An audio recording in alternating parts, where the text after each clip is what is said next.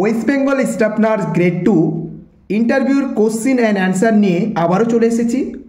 আমি আগেও এই ইন্টারভিউ রিলেটেড ভিডিও আপলোড করেছি, তোমরা বলেছো রেগুলার আপলোড করতে। তো আজকে আমি পিডিয়াট্রিক নিয়ে কিছু আলোচনা করব, সেখান থেকে যেগুলো ইম্পর্টেন্ট কোশ্চিন। দেখো, নর্মাল কোশ্চিন নিয়ে কিন্তু অলরেডি আমি আলোচনা করে ফেলেছি, তোমরা দেখেছো, ঠিক আছে। মোটামুটি 2 থেকে 3টা ভিডিও আমি পিডিয়াট্রিক নিয়ে আমি কিন্তু আলোচনা করেছি। তো কিছু কিছু কোশ্চিন আছে যেগুলো খুব ইম্পর্টেন্ট, হয়তো একের অধিক কোশ্চিনের অ্যান্সার দিতে হবে, তবে এগুলো জানা দরকার, ঠিক আছে। খুব ইম্পর্টেন্ট কোশ্চিন নিয়ে আজকে হাজির হয়েছি। আর হ্যাঁ, এই কোশ্চিনের যে পিডিএফ, ঠিক আছে, কালকে যে ভিডিওটা আপলোড করেছি সেই পিডিএফটাও কিন্তু তোমাদের দেওয়া হয়নি। আর আজকের যে কোশ্চিনগুলো আলোচনা করব, আজকের পিডিএফটা তোমরা আজকে পাবে না। কেন বলো তো? আমি যদি এই পিডিএফটা আজকে তোমাদের দিয়ে দিই, তাহলে আমার যে ভিডিও, ঠিক আছে, তোমরা কিন্তু দেখছো না, ডাইরেক্ট পিডিএফ নিয়ে তোমরা লিখে নিচ্ছ। কিন্তু আমি চাই আগে দেখো ভিডিওগুলো, ঠিক আছে, ভিডিওগুলো দেখো, কারণ যখন আমি ভিডিওতে এই কোশ্চেনগুলো আলোচনা করব, নিশ্চয়ই আমি কিছু না কিছু বলবো, ঠিক আছে। আর তোমরা যদি ডাইরেক্ট পিডিএফ দেখে দেখে এগুলো নোট করে নাও, তাহলে দেখবে কিছু বুঝতে পারবে না। কারণ আমার হ্যান্ড রাইটিং আমি যদি তোমাদের জানিয়ে দিই বা বলে দিই যে এই জায়গাটা এটা হবে, তাহলে তোমরা কিন্তু লেখার সময় খুব ইজি হয়ে যাবে তোমাদের, ঠিক আছে। তাই আগে ভিডিওটা দেখো। অনেকে কি করে শুধু পিডিএফ চাই, সেই জন্য আগের ভিডিওটাতে আমি কিন্তু পিডিএফটা দিইনি, দিব, সেটা কিন্তু পরে দেবো। যেগুলো পিডিএফ তোমাদেরকে শেয়ার করছি হোয়াটসঅ্যাপে, সেগুলো কিন্তু প্রিভিয়াস আগের কোশ্চেনগুলো যেগুলো আলোচনা করেছি সেগুলো তোমাদেরকে সেন্ড করছি। হ্যাঁ, আমি আস্তে আস্তে সেগুলো যেগুলো আমি এই রিসেন্টলি আলোচনা করছি সেগুলো তোমাদেরকে পিডিএফগুলো সেন্ড করব।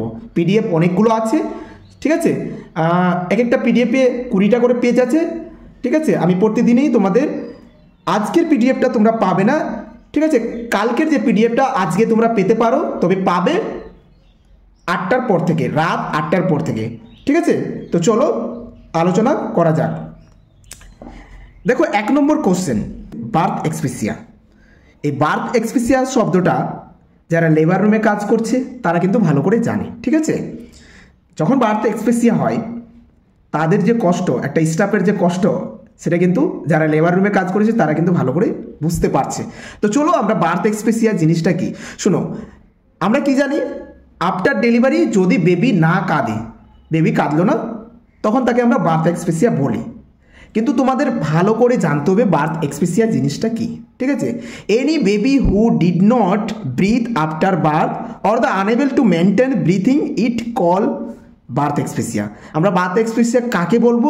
যদি একটা baby after delivery, baby delivery হওয়ার পর তার যদি শ্বাস নিতে না পারে বা শ্বাস নিচ্ছে না, ঠিক আছে, নিতে পারছে না বা নিচ্ছে না, ঠিক আছে, যেমন বলেছে আনএবল টু মেনটেন ব্রিথিং, যদি না নিতে পারে তখন তাকে কিন্তু বার্থ এক্সপেসিয়া বললে, ঠিক আছে। শুধু কাদার ক্ষেত্রে হবে না, আমাদের কি শ্বাস যদি না নিতে পারে তখনই তাকে কিন্তু আমরা বার্থ এক্সপেসিয়া বলবো। শ্বাস না নেওয়ার কারণে কি তার অক্সিজেন ব্রেনটে পৌঁছাবে না, ঠিক আছে, তার অক্সিজেন ব্রেনটে পৌঁছাবে না, তো ব্রেন ড্যামেজ হওয়ার সম্ভাবনা থাকে। তো বার্থ এক্সপেসিয়ার জিনিসটা আগে এটা বলবে, ঠিক আছে, মনে রাখবে জিনিসগুলো। 2 নম্বর question, most common organ damage for the birth asphyxia, ঠিক আছে। কোশ্চেন করতে পারে যে একটা বার্থ এক্সপেসিয়ার ফলে প্রথম ফার্স্ট কমন যে অর্গান, সেটা কোন অর্গানটা প্রথম ড্যামেজ হতে পারে, যেটা আমি একটা আগেই কথা বললাম যে আমরা জানি কি বার্থ এক্সপেসিয়ার ফলে কি যে অক্সিজেন ব্রেনটে পৌঁছায় না, তাহলে ব্রেন ড্যামেজ হবে। হ্যাঁ, ব্রেনটাও ড্যামেজ হবে, কিন্তু ফার্স্ট অর্গানের কথা বলেছে, মোস্ট কমন অর্গান, ঠিক আছে। কোন অর্গানটা সবথেকে বেশি তাড়াতাড়ি আগে এফেক্ট হয়, কমন অর্গান, সেটা হবে ফার্স্ট অর্গান, সেটা হচ্ছে কিডনি। কিডনি কিন্তু আগে ড্যামেজ হওয়ার সম্ভাবনা থাকে, ফার্স্ট অর্গান যেটা হিসাবে কিডনি বলেছে, ঠিক আছে। তারপরে তো ব্রেনটাও ড্যামেজ হবে যদি অক্সিজেন না পৌঁছায়। এবার দেখো ম্যানেজমেন্ট কথাগুলো। কোনো বাচ্চা ধরনের সিজারেস হচ্ছে, কাঁপুনি হচ্ছে, ঠিক আছে, ম্যানেজমেন্ট অফ দ্য নিওনাটাল সিজারেস। তো ওই বাচ্চাকে আমরা কিভাবে ম্যানেজ করব? কাঁপুনি হচ্ছে, ঠিক আছে, তাহলে আমরা ওই বাচ্চাকে কিভাবে মেনটেন করব? দেখেছো যারা এসএনসিইউতে কাজ করেছে, ঠিক আছে, এনআইসিইউতে, তাদের দেখবে যে কোনো বাচ্চার কনভালসেন হচ্ছে। কনভালসেন জানো তো? এই কনভালসেন হওয়ার ফলে আমরা কিভাবে ম্যানেজ করব, কিভাবে আমরা ম্যানেজ করব সেটারই কথা বলেছে। তাহলে এখানে TABC, আমরা জানি ABC, কিন্তু এখানে TABC, ঠিক আছে। T ফর আমাদের কি বলতে হবে যদি এইরকম কোশ্চেন করে? T4 টেম্পারেচার মেনটেন করতে হবে ওই বাচ্চার, ঠিক আছে। A4 কি এয়ারওয়ে প্যাটার্ন করতে হবে, প্যাটার্ন সি করতে হবে এয়ারওয়ে, ঠিক আছে। তারপরে B থেকে ব্রিথিং আর C থেকে সার্কুলেশন। এই যে TAB, এই TAB আমরা ম্যানেজ করব, পুরোটা এইভাবে করতে হবে। আর কারেক্ট করতে হবে হাইপোগ্লাইসেমিয়া অ্যান্ড হাইপোক্যালসেমিয়া। এই যে এগুলো করার পরে ওই বাচ্চার কিন্তু কি হয়ে যায়, হাইপোগ্লাইসেমিয়া হতে পারে, তার জন্য সেটাকে সেদিকে নজর রাখতে হবে, এবং হাইপোক্যালসেমিয়া, এই দুটো ম্যানেজ করতে হবে, ঠিক আছে, কারেক্ট করে রাখতে হবে। 4 নম্বর কোশ্চেনে চলে আসি।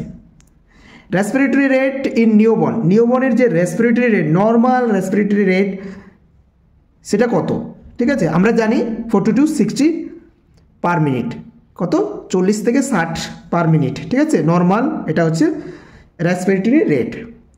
তো এখানে আমি দিয়ে দিয়েছি 0 থেকে 2 মাস, এটা মান্থলি তো তুমি জেনে রাখো, ঠিক আছে। এই 2 মাসের পরেই কিন্তু তাদের রেসপিরেটরি রেট আলাদা হয়ে যায়। এবার চলে আসছি আরেকটা কোশ্চেন, এটা কোশ্চেনটা আমি কেন করেছি, মানে কেন দিয়েছি তোমাদের জানাবো।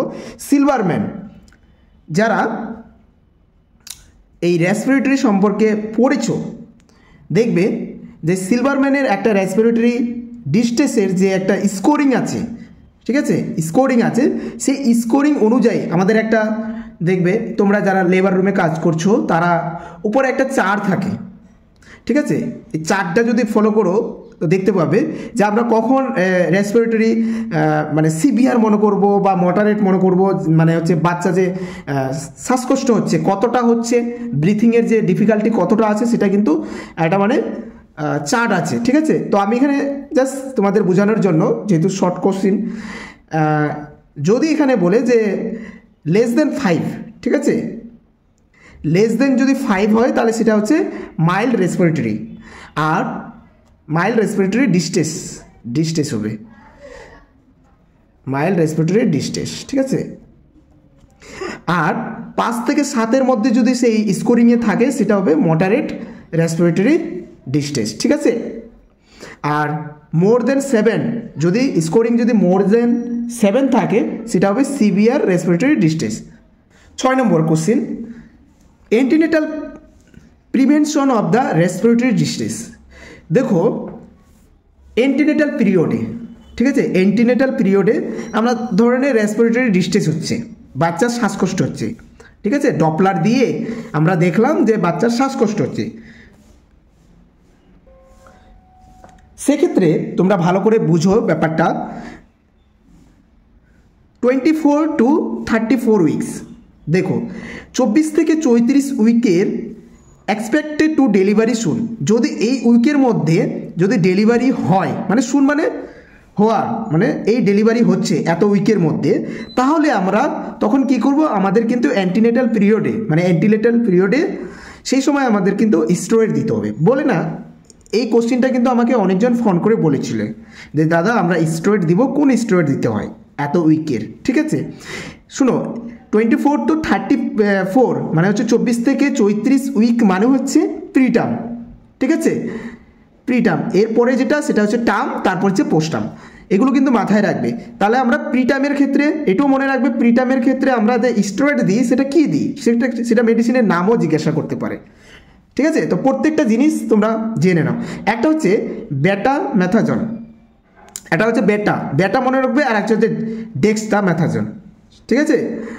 তো সাধারণত ডেক্সটামেথাজনেই কিন্তু দেওয়া হয়, আমরা যেটা ইউজ করি সেটা ডেক্সটামেথাজনেই দিই, ঠিক আছে। এবার হচ্ছে দুটারই ভাগ দেখো, বেটামেথাজন এটা হচ্ছে, দেখো এখানে ডোজ বলে দিয়েছে, সেটা হচ্ছে 12 mg পার ডোজ, 12 mg ডোজ দেওয়া হবে।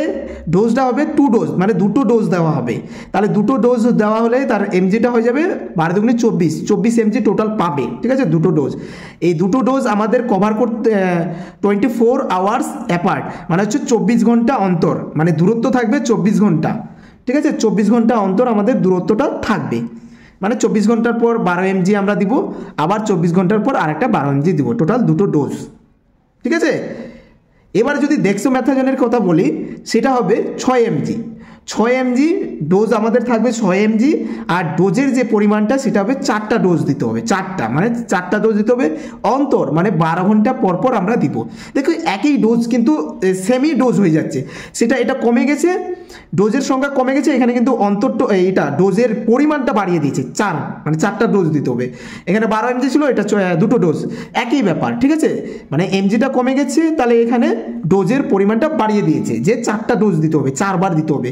অন্তরটা কত হবে, সেটা হবে 12 ঘন্টা অন্তর, 12 ঘন্টা অন্তর 6 mg দিব, আবার 12 ঘন্টা অন্তর 6 mg দিব।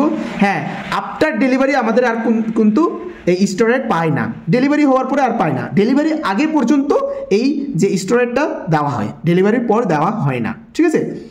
তো সাধারণত এটা কিসের জন্য প্রিভেন্ট করতে, একটা হচ্ছে রেসপিরেটরি ডিস্ট্রেসের জন্য প্রিভেন্ট হয়, আর একটা প্রিমেচিওর যদি হয় প্রিটার্মের ক্ষেত্রে, সেই ক্ষেত্রেও কিন্তু এই দেওয়া হয়, ঠিক আছে। তো এগুলো বোঝার জন্য যেন এখান থেকে কিন্তু তোমরা অনেক কিছু বুঝতে পারবে, আর যে কোনো কোশ্চিন যদি করে এখানে এই জায়গাগুলোতে থেকে তোমরা কিন্তু উত্তর দিতে পারবে, তার জন্য এই জিনিসগুলো বোঝানো হচ্ছে। 7 নম্বর কোশ্চিনে চলে আসি, phototherapy for the neonatal jaundice. এই ফটোথেরাপি নিয়েও ছোটো ছোটো কোশ্চিন করে থাকে, তার জন্য আমি যেগুলো কোশ্চিন করতে পারে সেগুলো নিয়ে আলোচনা করেছি। দেখো ফটোথেরাপি দেওয়ার জন্য কি কি আমাদের লাগে, এলইডি বাল্ব থাকে, তোমরা যারা দেখেছো একটা লাইট আছে এলইডি বাল্ব বলে সেই লাইটটা, আর তার যে ওয়েভলেন্থটা আছে, ওয়েভলেন্থ মানে পাওয়ারটা, এলইডি বাল্বের যে পাওয়ারটা সেটা কতটা হবে, 460 থেকে 490 এর মধ্যে থাকবে, এটা হচ্ছে ন্যানোমিটার, এন ন্যানোমিটার বলে, ঠিক আছে। আর যে এই যে ডিস্টেন্সটা থাকবে কার সাথে, ফটোথেরাপির যে ইউনিটটা আর হচ্ছে বেবি, যেখানে বেবি শোয়ানো থাকে এবং ফটোথেরাপি উপরে যে থাকে তার যে ডিস্টেন্স, সেটা ডিস্টেন্স হবে, দেখো এখানে লেখা আছে 30 থেকে 45, মানে 30 to 45 সেন্টিমিটার এর ডিস্টেন্স হবে, এতটা উঁচুতে থাকবে ফটোথেরাপিটা বাচ্চা থেকে, ঠিক আছে। মনে রাখবে এই কোশ্চিনটা কিন্তু অনেক জায়গায় এসেছে, এমসিও এসেছিলো এবং যারা যারা পোস্ট বিএসসি সেখানেও এসেছিলো, তো কোশ্চিনগুলো করে থাকে। আর এইটাও কোশ্চিন করেছিল এই ওয়েভ লেন্থটা কতটা পাওয়ারটা থাকে, তাই এইগুলো কিন্তু ছোটো ছোটো কোশ্চিনগুলো তোমরা দেখে নাও। হ্যাঁ, আর হচ্ছে নেক থাকবে, মানে বাচ্চা জামা কাপড় থাকবে না, কিন্তু এই দেখো আবার বাট উই কভার আইস, চোখ বন্ধ থাকবে এবং জেনিটেলিয়াল পার্টটাও বন্ধ থাকবে। এবার জেনিটেলিয়াল পার্ট কি, চোখ বন্ধ রাখার কারণ কি, সেই কারণ হচ্ছে প্রিভেন্ট করবে কি, রেটিনাল যে ড্যামেজ হওয়ার, চোখে যে একটা রেটিনাল থাকে, রেটিনা নামে যে অঙ্গটা থাকে, সেটা ড্যামেজ হওয়ার থেকে প্রিভেন্ট করে চোখ যদি বন্ধ করে রাখে, কারণ সেখানে তো রেডিয়েশন থাকে, তো তার জন্য। হ্যাঁ, আমরা জেনিটেলিয়ার কি বলছি, টেস্টিসেও কিন্তু ড্যামেজ হওয়ার সম্ভাবনা থাকে যদি আমরা সেই জায়গাটাকে কভার না করি, ঠিক আছে। তার জন্য সেই জায়গাটাকে কভার করে রাখলে প্রিভেন্ট ড্যামেজ টু টেস্টিস, ঠিক আছে, মেলদের ক্ষেত্রে। তো এই হচ্ছে 7 নম্বর পয়েন্টের অনেকগুলো কোশ্চেন এখান থেকে করা যাবে, তার জন্য পুরোটা আমি এখানে আলোচনা করলাম। এবার পরেরটা চলে আসি,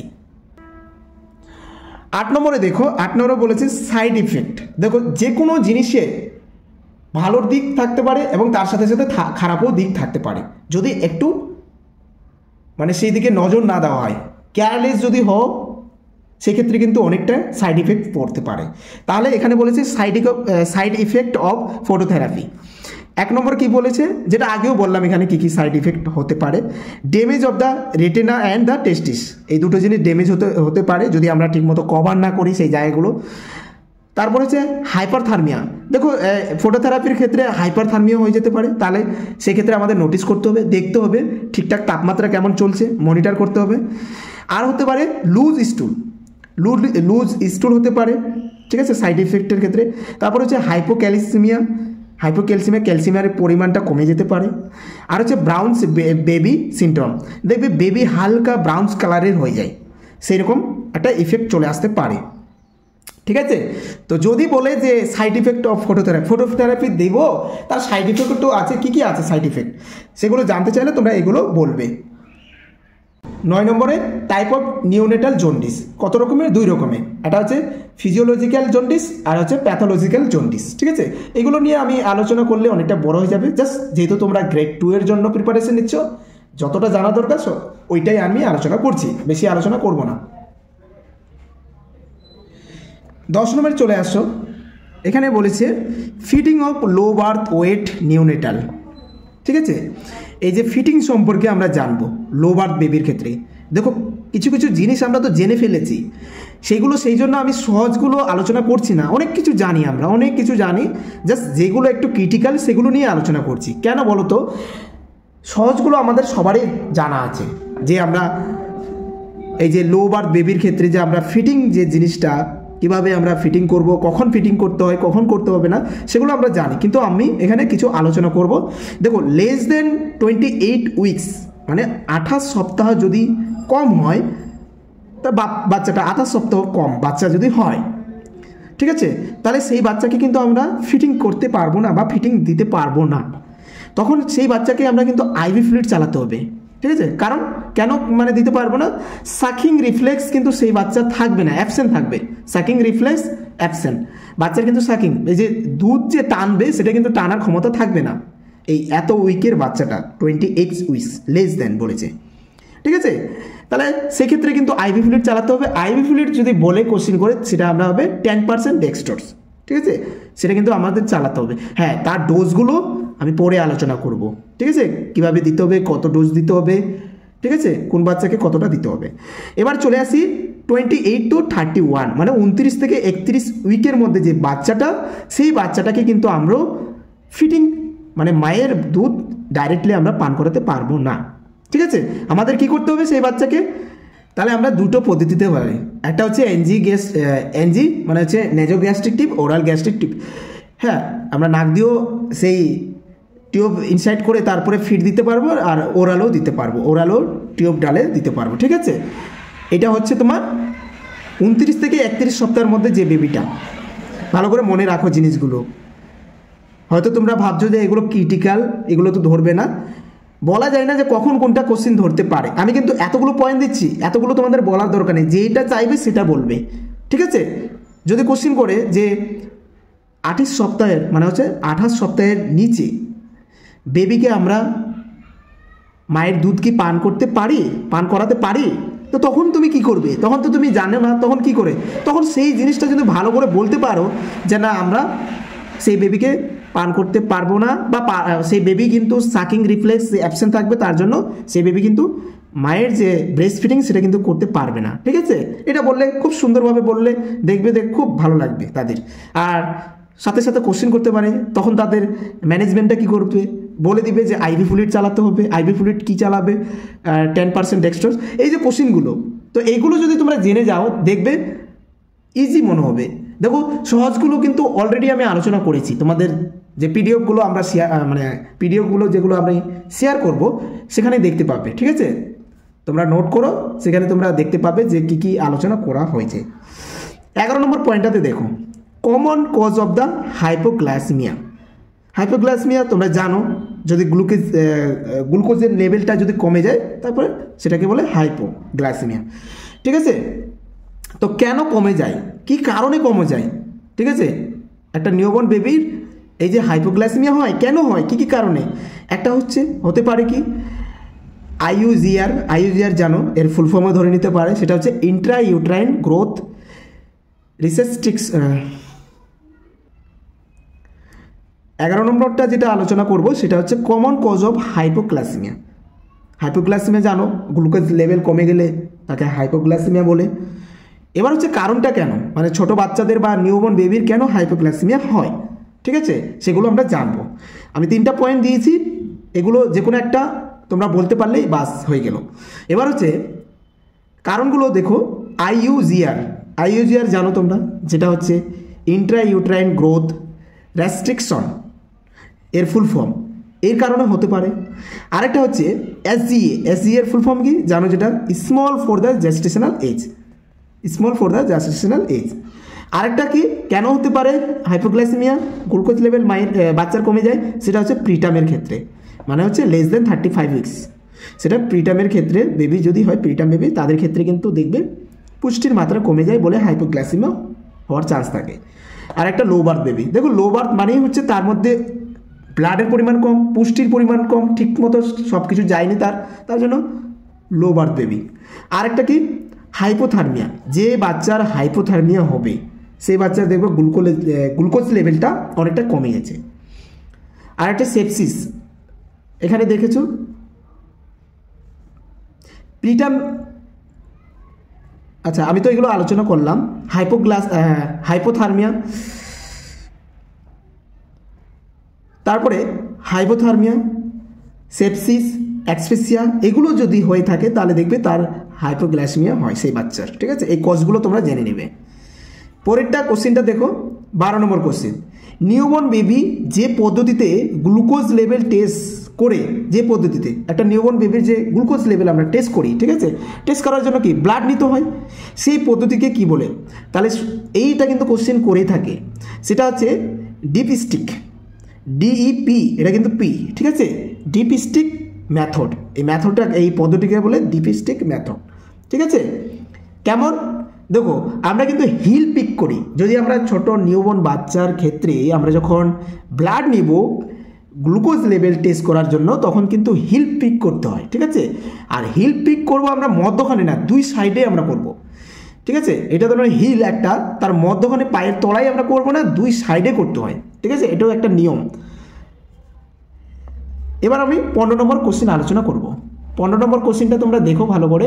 15 নম্বরের কোশ্চেন বলেছে prevention of the hypothermia of newborn baby.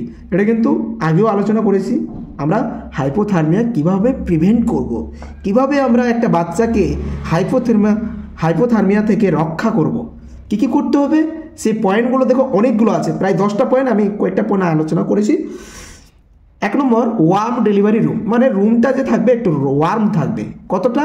26 থেকে 28 ডিগ্রি সেন্টিগ্রেড। এটা কিন্তু আরেকটা কোশ্চেন হতে পারে যে লেবার রুমের টেম্পারেচার কত, এটা বলবে 26 থেকে 28 ডিগ্রি সেন্টিগ্রেড। তাহলে ওয়ার্ম থাকবে রুমটা, তার টেম্পারেচারটাও বলে দেওয়া হয়েছে।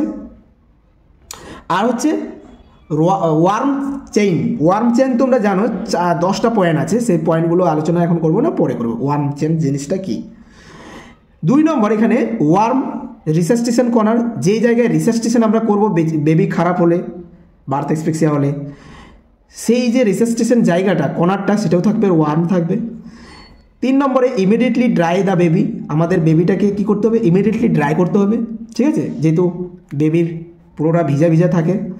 4 নম্বর স্কিন টু স্কিন টাচ করতে হবে, কার করাবো? সেটা হচ্ছে মায়ের অ্যাবডোমেনে বেবিটাকে রাখতে হবে। ঠিক আছে, 5 নম্বরে ইনকারেজ ব্রেস্টফিডিং, মাকে ইনকারেজ করাতে হবে যে বাচ্চাকে দুধ খাওয়াও। 6 নম্বর ডিলাই বার্থিং। ঠিক আছে, ডিলাই কি? বার্থিং। আমাদের যে বেবি, অনেকজন কি করে ডেলিভারি হওয়ার ছুটি পেয়ে বাড়িতে যেতে না যেতে, যাই হোক যাদের হসপিটালে ডেলিভারি হয় তাদের তো মিনিমাম তো 72 ঘন্টা রাখে, সেটা একটা ঠিক আছে। যাদের বাড়িতে ডেলিভারি হয় তাদের কি করে ডেলিভারি হওয়ার 12 ঘন্টা বা 15 ঘন্টার পর কিন্তু বাচ্চাকে স্নান করিয়ে দেয়।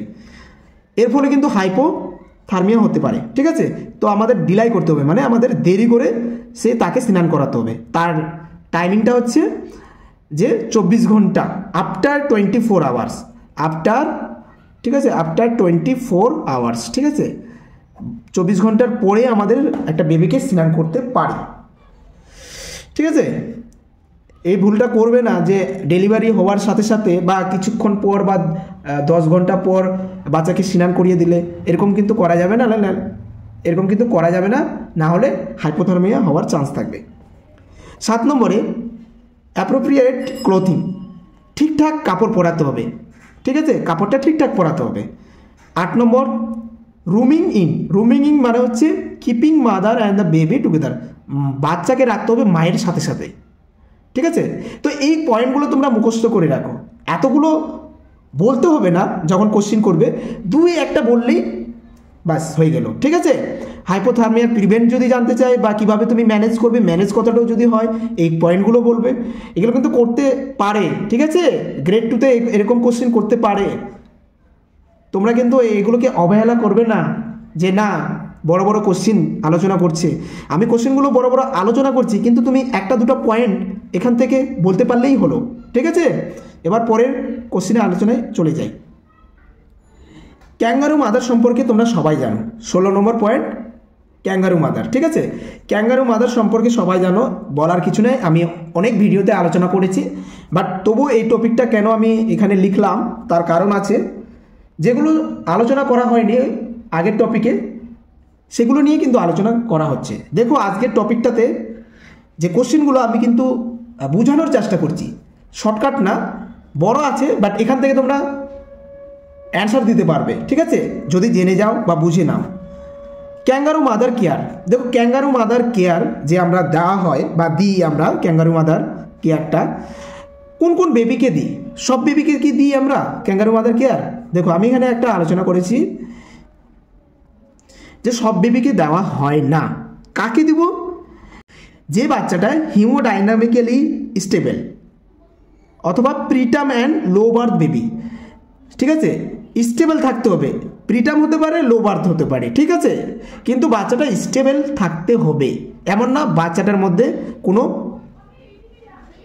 নট স্টেবল বা ধরনের কোনো ইনফেকশন আছে বা কোনো কিছু একটা প্রবলেম আছে, সেই বাচ্চাকে কিন্তু আমাদের ক্যাঙ্গারু মাদার কেয়ার দিতে পারবো না, ঠিক আছে। তাহলে এখানে ভালো করে বুঝো জিনিসটা যে আমরা কোন বাচ্চাকে দিতে পারবো। তাহলে এখানে বলেছে হিমোডাইনামিক্যালি স্টেবল। হিমোডাইনামিক্যালি স্টেবল মানে হচ্ছে তার শারীরিক দিক থেকে কোনো ধরনের ইনফেকশন, কোনো কিছু প্রবলেম, রেসপিরেটরি ডিস্ট্রেস হচ্ছে কি না, তার হার্টবিট কেমন আছে, সব কিছু মিলিয়ে তার জন্য ঠিকঠাক আছে, ঠিকঠাক থাকে, বাচ্চাটার জন্য ঠিকঠাক থাকে। হতে পারে সে প্রিটার্ম বা হতে পারে সে লো বার্থ, ঠিক আছে। আমরা লো বার্থ বেবিকেই তো কিন্তু ক্যাঙ্গারু মাদার কেয়ার দিই, কিন্তু কোন কোন বাচ্চাকে দিব না এবং কোন কোন বাচ্চাকে দিব সেটাই বলা হচ্ছে। তাহলে এখানে একটা কথাই বলে দিয়েছে, যে বাচ্চা হিমোডাইনামিক্যালি স্টেবল সেই বাচ্চাকে দিব আমরা। এবার চলে আসি পয়েন্টগুলো ভাগ। একটা হচ্ছে লেস দেন 1200 গ্রাম, সেই বাচ্চাকেও দিব আমরা ক্যাঙ্গারু মাদার কেয়ার। তারপর হচ্ছে 1200 থেকে 1800 গ্রাম বেবিকেও আমরা ক্যাঙ্গারু মাদার কেয়ার দিব। এবার 1800 গ্রাম বেবিকেও আমরা ক্যাঙ্গারু মাদার কেয়ার দিব। তবে এখানে আমি দেখো এখানে লিখেছি, এই যে পয়েন্টটা লিখেছি আমি 1200 গ্রাম বা 1200 থেকে 1800 গ্রাম, এই বাচ্চাগুলোর মধ্যে ধরুন এরকম হলো, এই বাচ্চাগুলোর মধ্যে স্টেবল নেই বাচ্চাটা, তাহলে এই বাচ্চাটা যতক্ষণ না স্টেবল হচ্ছে ততক্ষণ আমরা ক্যাঙ্গারু মাদার কেয়ারটা দিব না। তাহলে আমাদেরকে ওয়েট করব স্টেবল হওয়ার পরে, মানে স্টেবল হওয়ার জন্য। ভালো করে মনে রাখবে, জিনিসগুলো বুঝো আগে, তাহলে দেখবে সহজ হয়ে যাবে। এই বাচ্চাগুলো যতক্ষণ না স্টেবল হচ্ছে, ঠিক আছে, স্টেবল আমি কেন বলছি, তার কোনো কিছুর জন্য প্রবলেম না থাকে, লো বার্থ হতে পারে, নো প্রবলেম, বাট তার মধ্যে স্টেবল থাকা দরকার। এবার যদি বাচ্চা স্টেবল থাকে এবং 1800 গ্রাম হয়, ঠিক আছে, তাহলে আমাদেরকে কিন্তু ইমিডিয়েটলি কী করতে হবে, ক্যাঙ্গারু মাদার কেয়ার দিতে হবে, ঠিক আছে। এই যে কথাটা আমি লিখলাম, ইমিডিয়েটলি ক্যাঙ্গারু মাদার কেয়ার দিতে হবে। তো এই জিনিসটা ভালো করে বুঝো, আমি কি মানে বলতে চাইছি, কি বুঝাতে চাইছি, ঠিক আছে। বুঝলে খুব ভালো লাগবে টপিকগুলো, না বুঝলে কিন্তু তোমাদের মাথার মধ্য দিয়ে যাবে। হ্যাঁ, ঠিক আছে। পরেরটা চলে আসি, এবার চলে আসি 17 নম্বর পয়েন্টে, হোয়েন টু স্টপ কেএমসি। আমরা দেখো কেএমসি তো দিচ্ছি একটা বাচ্চাকে, কিন্তু আমরা কখন স্টপ করব? দিয়ে যাব এমন তো না। তারপরে এখানে বলেছে হাউ লং কেএমসি, আমরা কত ঘন্টা ধরে দিব। দেখো কখন মানে কখন স্টপ করব, যদি টার্ম হয়ে যায়, টার্ম চলে আসলো, টার্ম পর্যন্ত চলে আসলো, তখন আমাদের স্টপ করে দেব। বা মোর দেন 2.5 কেজি মানে 2.5 কেজির বেশি হয়ে গেল, তখন আমরা আর দিব না। তারপরে কি জিনিস আরেকটা, আনএবল মেনটেনিং কথাটা কেন বলেছে, দেখো যখন একটু বাচ্চাটা বড় হয়ে গেছে, মানে ওজনটা বেড়ে গেছে, মোর দেন 2.5 কেজি হয়ে গেছে, তখন কিন্তু সেই বাচ্চাকে কেএমসি দেওয়া যাবে না, কারণ পজিশনটাই ঠিকমতো হবে না, পজিশন ঠিকমতো দেওয়া যাবে না। তখন আনএবল মেনটেন করা, মানে মেনটেন করতে কিন্তু আমাদের কি বলবো, মেনটেন করা যাবে না, সেটাকে বলে আনএবল মেনটেন হয়ে যাবে। তো যখন আনএবল মেনটেন হয়ে যায়, তখন কিন্তু আর আমরা কি করব, কেএমসি দিব না। এটাও একটা পয়েন্ট আমি এখানে লিখেছি। হাউ লং মানে হচ্ছে কেএমসি, মানে কত ঘন্টা পর্যন্ত আমরা কেএমসি দেবো।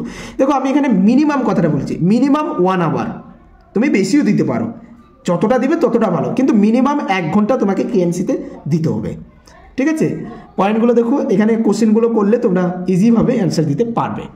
এবার চলে আসি পরের পয়েন্টে, মানে পরের কোশ্চেনটা কেএমসি বেনিফিট। এটা আমি আগের ভিডিওতেও আলোচনা করেছি, তাই এখানে শর্টকাটে বলার চেষ্টা করব।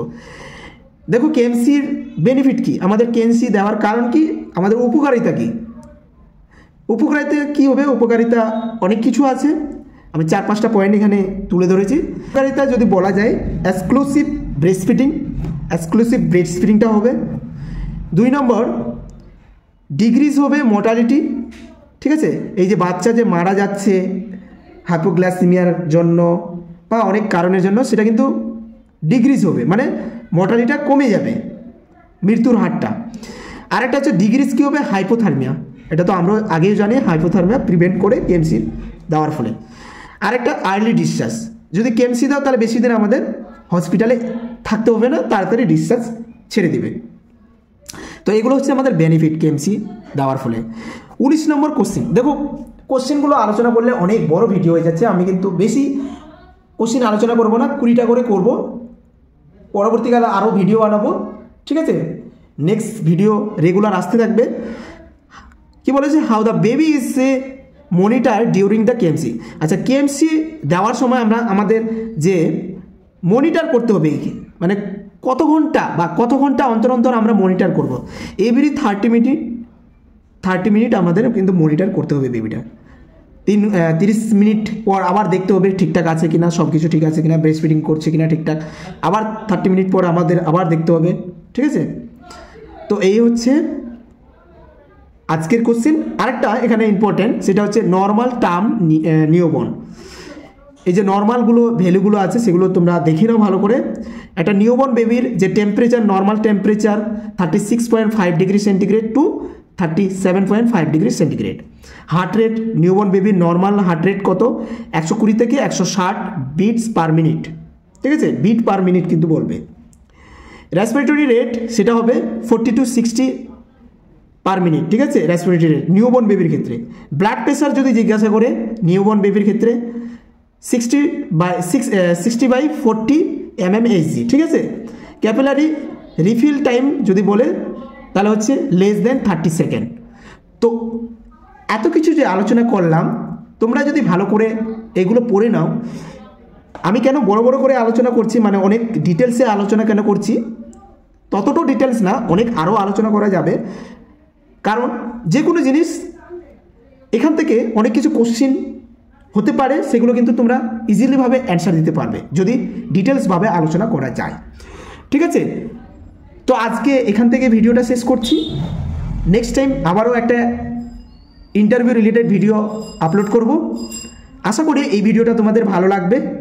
কালকে যে ভিডিওটা আপলোড করেছিলাম অনেকেই পছন্দ করেছো ভিডিওটা, ঠিক আছে। আর অনেকেও বলেছো যে আমার যে বোঝানোর বা সবটাই ঠিক আছে, বাট একটু এই যে আমি উচ্চারণ যেটা প্রনাউন্সিয়েশনগুলো করছি সেগুলো একটু ঠিকঠাক হচ্ছে না। তো আমি আগেও বলেছি যে আমি এই যে ইউটিউব চ্যানেলটা খুলেছি জাস্ট আমার নিজের ল্যাঙ্গুয়েজ, আমার নিজের কথা বলা ইমপ্রুভ করার জন্য। আমি ততটাও ভালো করে বলতে পারি না, জাস্ট আস্তে আস্তে ট্রাই করছি। তোমরা যেগুলো কমেন্ট করছো, যেটাকে আমার যেদিকে আমার ট্রাই করা উচিত, মানে যেটা আমার এখনও ঘাটতি আছে, যেটাকে বলবো কমই আছে, সেই দিকে আমি ফোকাস দিচ্ছি যেন তোমাদের সুবিধা হয় বোঝানোর জন্য, বা তোমরা যেন বুঝতে পারো সেই দিকে আমি মানে ফোকাস দিচ্ছি। আমি তো লাস্ট একটা কথা বলবো, আমি যে এত পরিশ্রম করছি তোমাদের জন্য, এত নোটগুলো তৈরি করছি, তোমাদেরও একটা কর্তব্য বা তোমাদেরও একটা মানে একটা উৎসাহ দেখার মতো একটা, যেমন আমার ভিডিওতে যদি ভিডিও ভালো লাগে তোমরা লাইক করবে, সেখান থেকেও আমি বুঝতে পারবো যে না তোমরা আমার ভিডিও পছন্দ করছো। তোমাদের কোনো প্রবলেম থাকলে, কোনো কোশ্চেন থাকলে সেটা তোমরা কমেন্টে জানো। আমার হোয়াটসঅ্যাপ নম্বর তো সবারই কাছে আছে, আশা করি প্রত্যেকটা ভিডিওতে হোয়াটসঅ্যাপ নাম্বার দেওয়া আছে। সেখান থেকে পিডিএফগুলো তোমরা ডেইলি একটা করে পিডিএফ তোমরা পেয়ে যাবে, ঠিক আছে। তবে একটা আমি রিকোয়েস্ট করব, ভিডিওগুলো শেয়ার করবে, ঠিক আছে। আর সেখান থেকে কিন্তু আমি বুঝতে পারবো যে আমাকে কতটা তোমরা সাপোর্ট করছো। চ্যানেলে যারা এখনও সাবস্ক্রাইব করেনি, চ্যানেলটাকে যারা এখনও সাবস্ক্রাইব করোনি অবশ্যই চ্যানেলটাকে সাবস্ক্রাইব করে নিবে। তো আজকে এখান থেকে শেষ করছি। ভালো থাকবে, সুস্থ থাকবে, দেখা হচ্ছে পরবর্তী একটা নার্সিং রিলেটেড ভিডিও নিয়ে।